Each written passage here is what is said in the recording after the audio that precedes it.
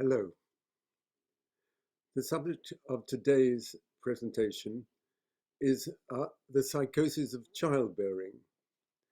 I use the term childbearing to cover the whole reproductive process, not just the puerperium. Early in the history of medicine, it was realized that severe mental disturbance could start abruptly soon after childbirth.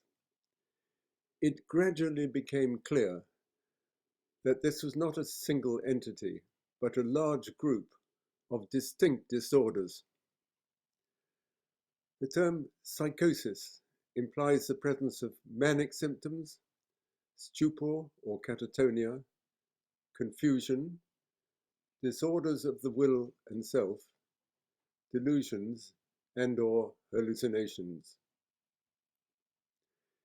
It is convenient to start with postpartum bipolar disorder, which is by far the commonest form seen at the present time in high-income nations.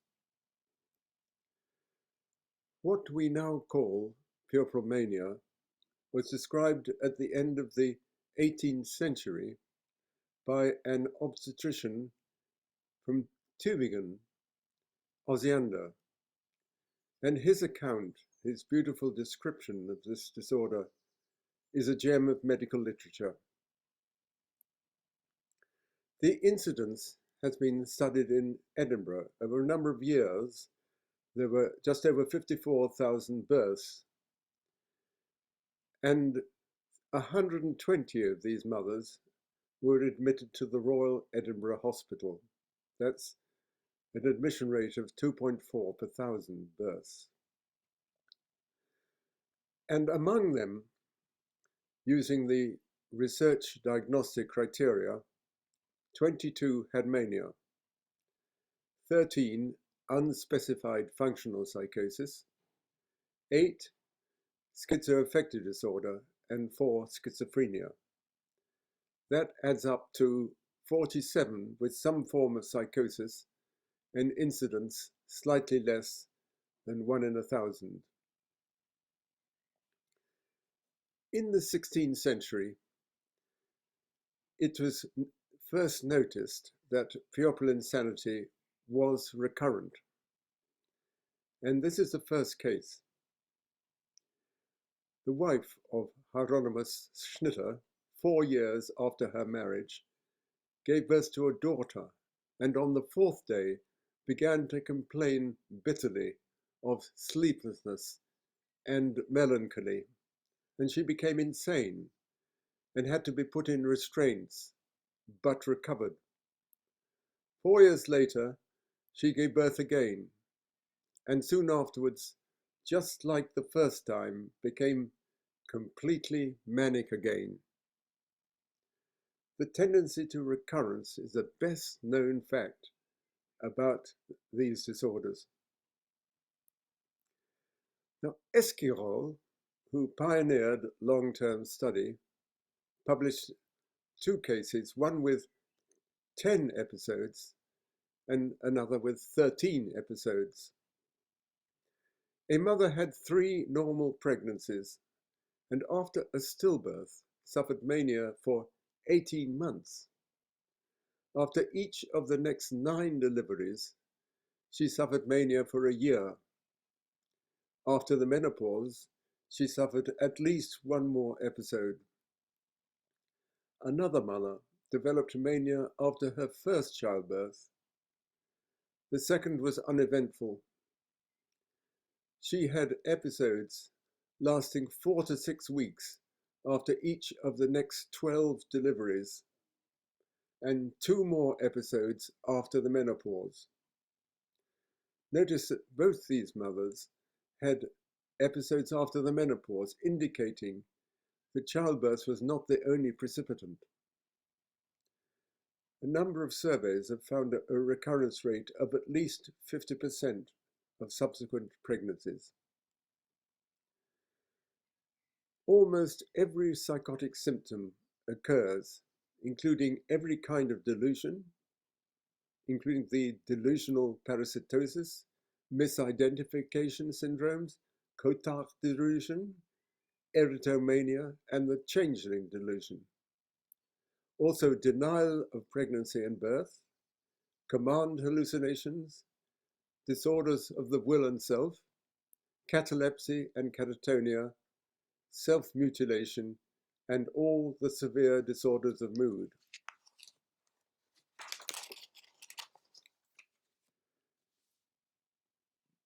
Puerperomania is particularly severe, but the proportion of episodes with mania or schizoaffective mania is only 33 to 43% in various surveys. And it has always been recognized that many episodes are atypical, with cycloid, also known as acute polymorphic features. In the larger series of 325 postpartum psychoses, 130, the first episode was manic in 130 and cycloid in 86. And long-term studies showed that these were associated in a variety of combinations. For example, the first episode, cycloid, the second episode, manic. So the term postpartum bipolar disorder is not quite appropriate. The combined bipolar cycloid group comprises 2/3 of all postpartum psychosis in this recent British series.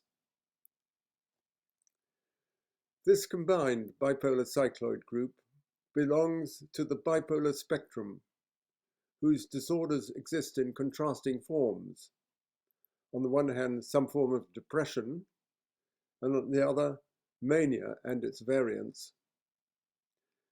This is a highly heritable condition, and sufferers have a diathesis, that is, a tendency to develop episodes all through their lives, which are provoked by triggers. Now, many of the triggers are unknown, but there is evidence for a number of triggers related to the female's reproductive process, and this will now be reviewed.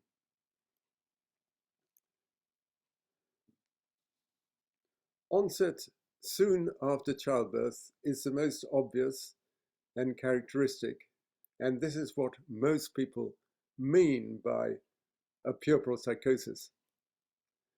The limits are from day 1, or even parturition itself, to 15 days postpartum, after which there's a sharp fall in the number of cases. There are just over 1,200 cases in the literature, and 74 with serial early onset psychoses. It's known that these episodes are twice as common in first-time mothers. This is the only onset group common enough to emerge in all surveys, but it accounts for less than half the cases published in the literature. A late postpartum onset is more controversial. Its main advocate is Marseille, who in his famous book stated his belief that psychoses could also start several weeks later at the first menses. And there are many cases in the literature, just under 400, with onset 4 to 13 weeks postpartum, and 8 with serial late onset episodes. And there is support for a late onset group in 2 or 3 surveys. Prepartum onsets, that is onset during pregnancy, are about the same frequency as the late postpartum onsets, so just over 400 in the literature. And it was noticed in the 17th century that these had a pronounced tendency to recur. And this is the first case. A mother of 4 lost control of her mind during pregnancy. She was garrulous, and her conduct, usually very straight-laced, was disgraceful. She recovered after the birth. There are 50 serial prepartum episodes in the literature, to a maximum of 12 episodes. In addition, there is some evidence of a periodic monthly psychosis in early pregnancy. This is the case described by the pioneer, Runge, an expert on classification from Kiel, that's in North Germany. A 20-year-old had her last menstrual period at the beginning of March, and 4 weeks later she became disturbed for 8 days with restlessness, pressure of speech, and violence. And 1 month later she relapsed. She ran naked into the street, hit out, bit and scratched, smashed windows, sang, and spoke incoherently. Admitted to hospital on May the 7th, she was disorientated, she heard voices and saw the devil. She recovered very quickly by the 11th of May. She relapsed from June the 6th to the 17th, from July the 5th to the 12th, and August the 13th to the 21st. She then remained well for the rest of the pregnancy and gave birth on November the 30th. There are several other reports of periodic psychosis in early pregnancy. The evidence for a weaning onset rests on 32 cases of acute psychosis closely following weaning in the literature, and they include 4 with 2 episodes, as in this case from New Zealand. A 31-year-old weaned her first child after 12 months. Immediately afterwards, she developed a manic syndrome lasting 6 weeks. 2 years later, within a week of weaning her second daughter, at 6 months, she had a second manic episode lasting three weeks.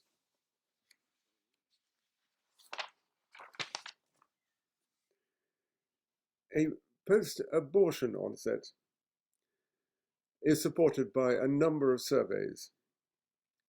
And in the largest series, there were a total of 175 abortions, and 24 miscarriages or terminations were followed by psychotic episodes. That's an incidence of 14% compared with the population rate of 1 in 1,000. And that high incidence, and I encountered 2 women who had early onset episodes after 2 pregnancies and then suffered an episode after a hydatidiform mole. In the literature, there are 99 non-organic post-abortion episodes and 3 with recurrent episodes limited to abortion. 1 mother suffered 4 post-abortion episodes. In the last 6 slides, I have rehearsed the evidence for at least 5 reproductive triggers. And just to go through the list with the number of reported cases in brackets: abortion, 99 cases, pregnancy, 407, early postpartum, 1,211, late postpartum, 399, and weaning, 32. To these can be added the Runge psychoses, just a few cases, and episodes triggered by bromocriptine and steroids, which are sometimes prescribed to pregnant women and mothers. These reproductive triggers are often associated. There are at least 200 reported cases in which the mother has had episodes at different stages, Most common is the combination of early puerperal and prepartum onsets, 74 cases. Now this mother, reported by Esquirol very briefly, had 4 triggers. A mother developed mania 3 days after her first child was born, and again after weaning her second child, and for a third time the day after a 2-month miscarriage. She also had some evidence of seasonal affective disorder, which can be a bipolar disorder. Further to reinforce this evidence of recurrences with different onsets, we can focus on 103 mothers from the largest series with early postpartum onset and subsequent pregnancies, to a total of 141. This is what happened the next time. In 42 cases, it was normal. There was no recurrence, and 8 of these were on lithium prophylaxis. 67 had early postpartum episodes. 4 had post-abortion episodes. 18 had prepartum episodes. 4 had late postpartum episodes, and 6 were of unknown onset. Thus, 99 out of 141, 70%, had a recurrence. This is a higher rate than has been found in other surveys. But only 67 out of 93, 72% of those recurrences were in the early postpartum phase. There is also much evidence that menstruation is a trigger for bipolar episodes, with more than 120 well-substantiated cases of periodic episodes of acute brief psychosis in rhythm with the menses, and the great majority of these are bipolar. And although this is a rare disorder, there are already clues to its etiology. An established pattern of monthly episodes can continue during a phase of amenorrhea. Surprisingly, monthly episodes can occur before the menarche, before the first menstrual bleed, and in 2 cases after destruction of the pituitary. And this indicates that the site of the interaction between the menses and the bipolar cycloid diaphysis is in the hypothalamus, in the gonadotropin neuronal complex in the anterior hypothalamus. Now, puerperal bipolar disorder and menstrual psychosis are similar and often associated, as in this patient. A woman had 2 menstrual episodes at the age of 16 and gave birth to 2 children. After each of those births, she suffered an early onset puerperal psychosis, which was followed by menstrual relapses, 6 after the first birth and 2 after the second. During her second pregnancy, she had 4 Runge episodes. She was followed up after 41 years and had no major episodes which are not related to menstruation or childbirth. The link to menstruation is the best clue to the causation of puerperal bipolar disorder.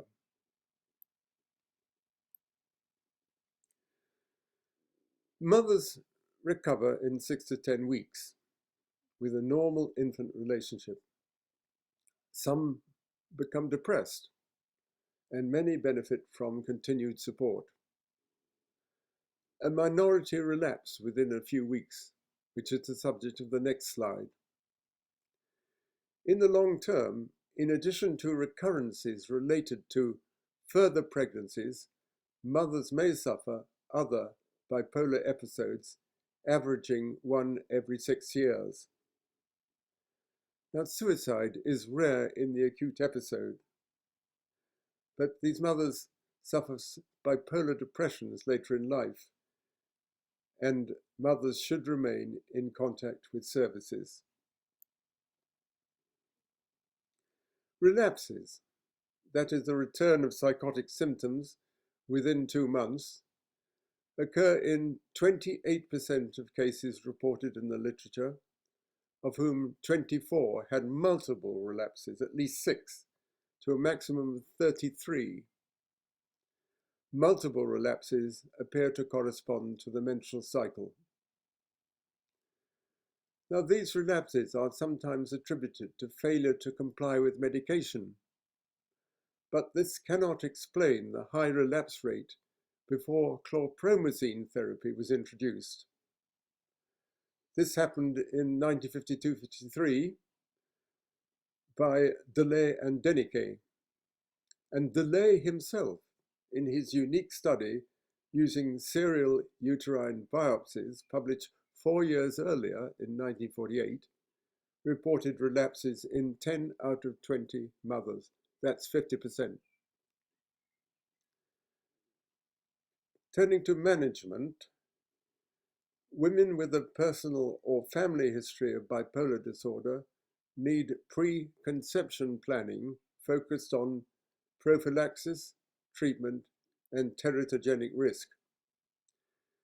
And women at high risk, especially those with previous psychotic episodes, when they become pregnant, it's urgent to convene a multidisciplinary planning meeting with representatives of the mental health services, the obstetric services, the primary care team, hopefully the patient and her family, and if necessary, the social services, to coordinate the management of the pregnancy and the puerperium. And this is urgent because the diagnosis of pregnancy may be delayed and the birth may be premature.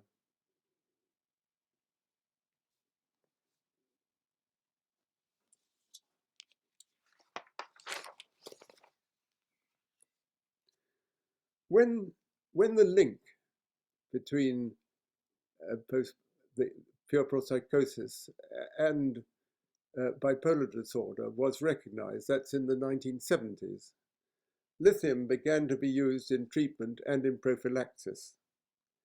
And its effect has been best shown by a Dutch study. When prophylaxis is given in the first trimester, there's a risk of congenital abnormalities, and 16 cases of the rare cardiac anomaly, Ebstein's anomaly, have been reported. If it's continued till the end of pregnancy, there's a risk during labor. 14 mothers have developed toxic levels, and there are many toxic effects on the infant. It is perhaps best to start prophylaxis immediately after the birth. In breastfed infants, their serum levels are 1/4 of those of the lactating mother, and toxicity is mild.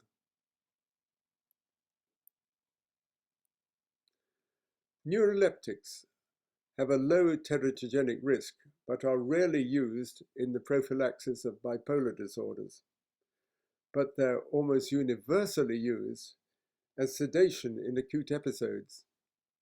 And it's important to know that extrapyramidal side effects are common, including several reports of neuroleptic malignant syndrome.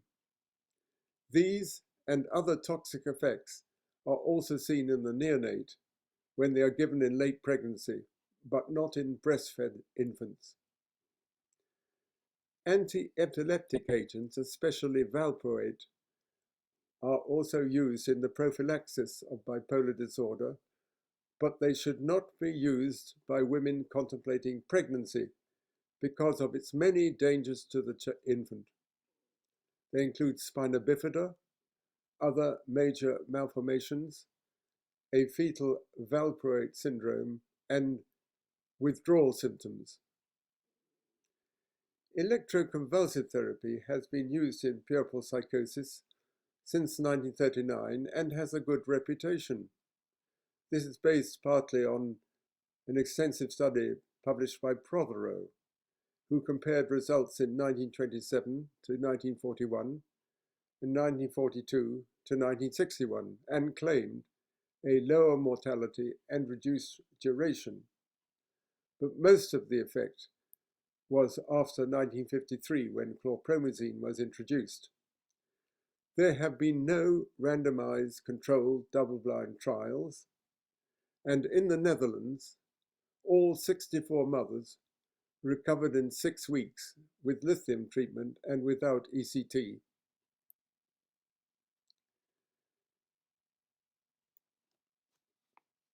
When we consider the gain in knowledge during the 20th century,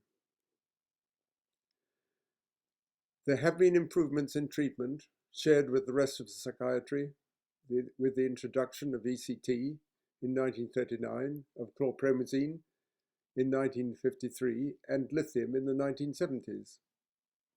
And mother-infant hospitalization, pioneered in 1948, has eased the distress of some mothers. But during a century in which almost all areas of medicine and surgery have made astonishing progress, even revolutionary progress, next to nothing has been added to our knowledge of the causation of the puerperal bipolar disorder. The only additions which have been replicated are a link to bipolar disorder, an association of early onset episodes with the first birth, and a genetic element.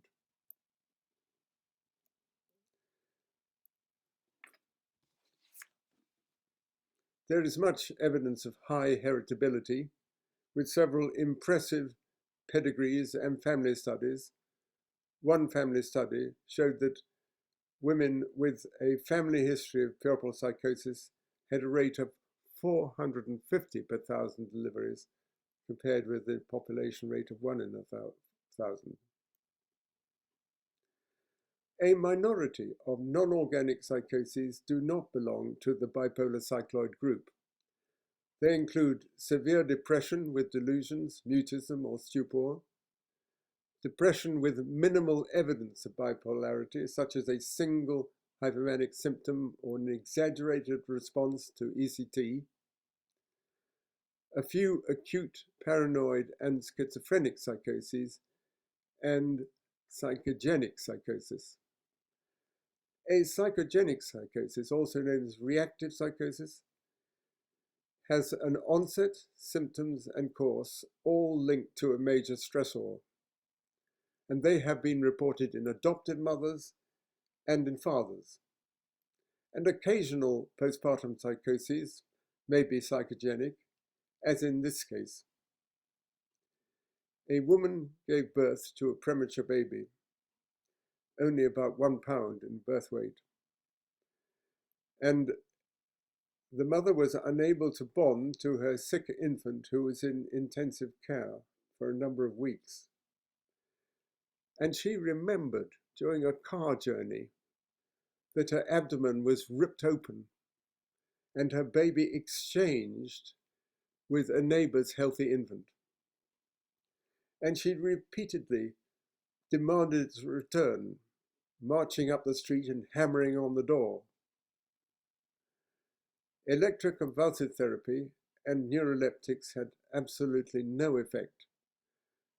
But when her husband threatened her with divorce, she went to the hospital, retrieved her child, bonded to it, and immediately lost her delusion.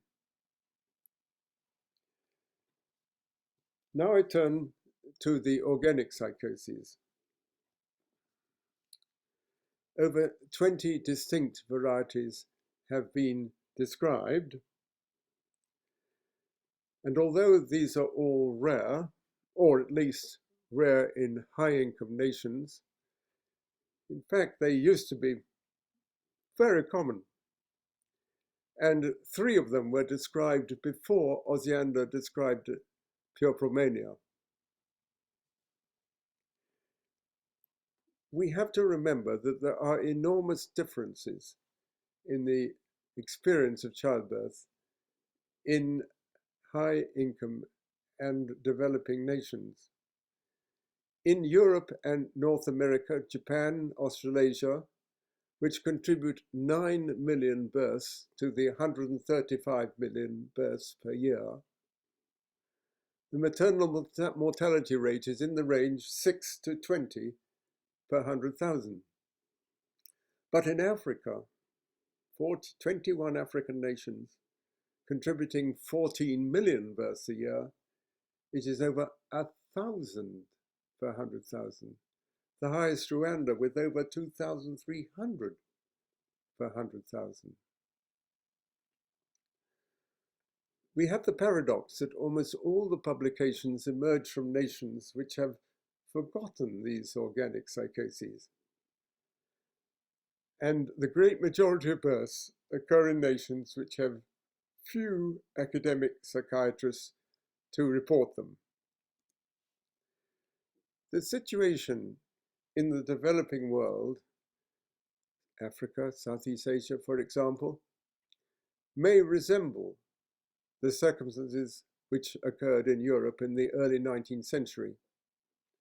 In support of this, there's a report from Muhimbili National Hospital, Dar es Salaam, of 86 cases of puerperal psychosis, including 69 with acute organic brain disorders, of whom 38 had infections and 15 severe toxemia.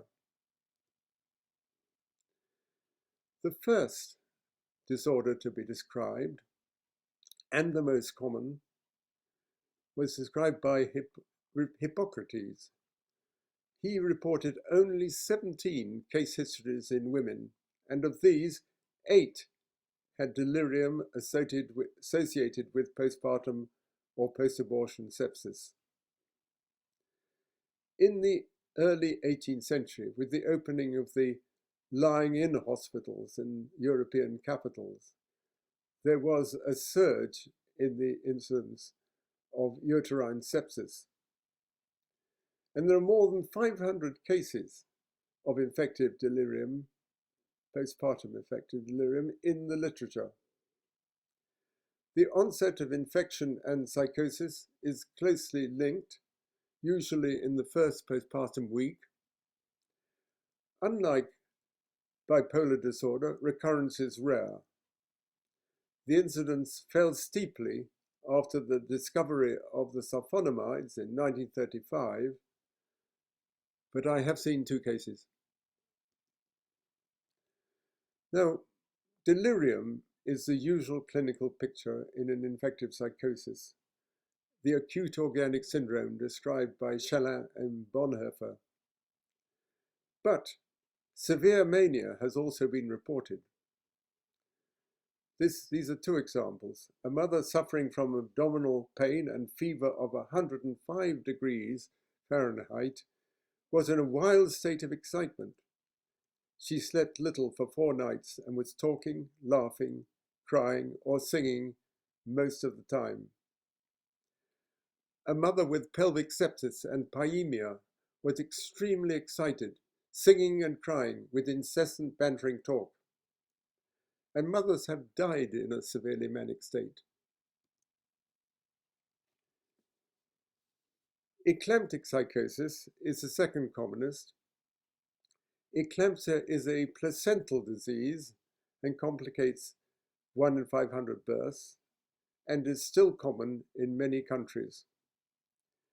About 5% are followed by psychosis, first described in 1614 by Luis de Mercado, physician to the King of Spain. There are about 150 cases in the literature. Onset is usually during labor, after multiple seizures, and usually in first-time mothers. Sometimes the psychosis started after a gap of a few days after the last seizure. Delirium is usual, but as in infective psychosis, the clinical picture can resemble mania. Amnesia and cerebral lesions due to infarcts are quite characteristic. The duration is remarkably short, typically less than 2 weeks, but 20% lasts more than a month. Eclamptic psychosis can occur without seizures. This was first reported by Doğum in 1863. A mother gave birth to twins. Her face was puffy and the urine contained albumin. You will recall that it wasn't possible to measure the blood pressure until the end of that century. On day 1, she became agitated and complained of photophobia, noise intolerance, and insomnia. And on day 3, she became excited, violent, and maniacal and required restraint. She insisted that there was another baby to come and it would be necessary to cut open her womb. She recovered after 12 days. Without seizures, it is more difficult to distinguish between a Doğum psychosis and a puerperal bipolar disorder. And this could be the subject of some research in collaboration with the obstetricians. But in the larger series, 13 out of 321 cases were possible Doğum cases. In the first presentation, I mentioned confusion during labour, and here is an example reported from Dublin. A 20-year-old was in her second labour. She was howling like a wild beast and stridently demanding that someone give her the means to kill herself. Suddenly, a staring expression came into her eyes and she started chattering in a confused way. She must go home. Her mother was calling. In fact, her mother was holding her hand. She did not know where she was, who the attendants were. Soon afterwards, an infant was born and started crying. She said, "What's that noise?" She had felt nothing. This was common before anesthetics were introduced in 1847. Although less common, substantial number of cases have been reported immediately after childbirth. This is one. A mother hemorrhaged and was given ergot, and after her 6th birth, she suddenly became agitated, tried to leave naked to visit a dead relative. She had 9 attacks in 4 hours, each lasting a few minutes, and the next day was confused for 12 hours. Another mother began to rave immediately after the birth, and for 30 minutes was restless, hostile, and abusive, biting and scratching, and she hit a midwife over the head with a water jug. She sank into exhaustion and slept for 12 hours. Neither of these mothers had any memory for these events. The second case illustrates that postpartum confusion can be a danger to the infant. Postpartum stupor has also been described. Immediately after the birth, the mother lay motionless as if struck by lightning. Her eyes were open, as in amazed contemplation, but she heard, saw, and felt nothing.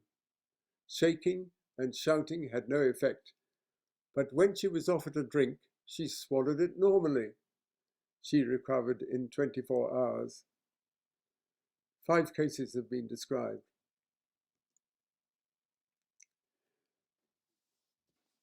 Wernicke-Korsakoff syndrome is one of the many complications of hyperemesis gravidarum. It is caused by thiamine deficiency, and the requirement for vitamin B1 is increased during pregnancy. This has been available for treatment and prevention since 1936, so this complication should be extinct. But more than 50 cases have been reported in this 21st century, some from high-income nations. And most are due to rehydration without vitamin supplements. When will the medical profession learn that a dehydrated woman with hyperemesis urgently needs thiamine? Now, chorea gravidarum, a streptococcal disorder, is a severe form of Sydenham's chorea, and psychosis is a more frequent complication, and there are about 50 cases in the literature. It usually develops during pregnancy. Unusual symptoms included vivid hypnagogic and hypnopompic hallucinations described by Marseille, perhaps the result of extreme insomnia, and Tourette's syndrome, described in 1960, long before Gilles de la Tourette came on the scene. It is almost extinct, but may complicate systemic lupus or antiphospholipid syndrome. Various vascular lesions can cause confusion after childbirth, usually with neurological symptoms. They include stroke, embolism with air or amniotic fluid, subdural or subarachnoid hemorrhage, and postpartum cerebral angiopathy. Cerebral venous thrombosis is more common, especially in India, and it can occasionally present with a clinical picture very like a postpartum psychosis. This is a British case reported in the last 10 years. 8 days after childbirth, a 28-year-old presented with euphoria, repetitive hair brushing, aggressive tendencies, and later mutism. She said her infant had special powers, and she wished to harm it and herself. She had no neurological symptoms, but she complained of left-sided retroorbital headache. A lumbar puncture showed raised C-reactive protein with 9 red cells per cubic millimeter. An MRI scan showed a left transverse sinus thrombosis, and she rapidly responded to heparin.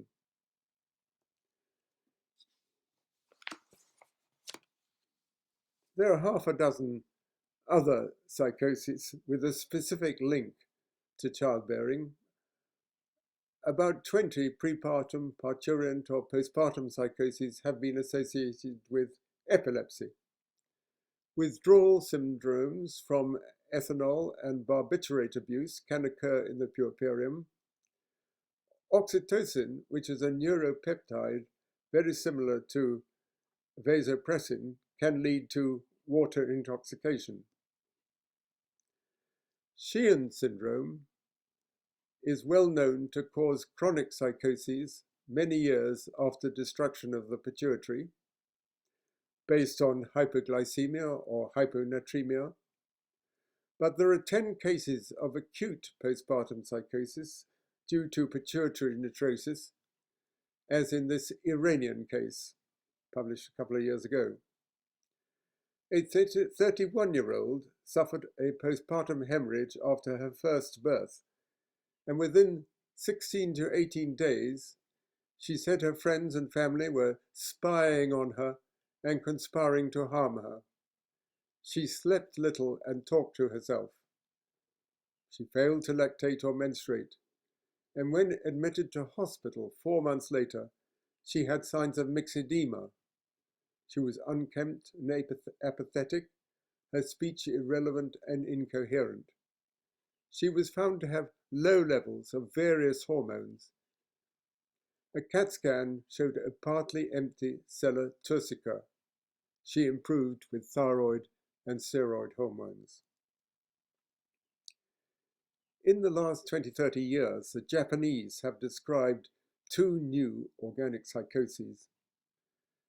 First, the urea cycle disorders, that is, congenital deficiency of arginosuccinate and ornithine carbamyl transferases and carbamyl phosphate synthetase.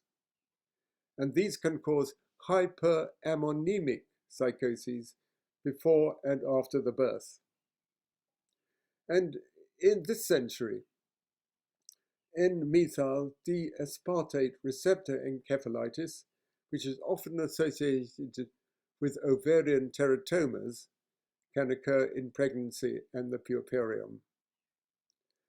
The fact that a string of organic psychoses have been described in the 20th century and even this century suggests that there may be other organic psychoses waiting to be discovered.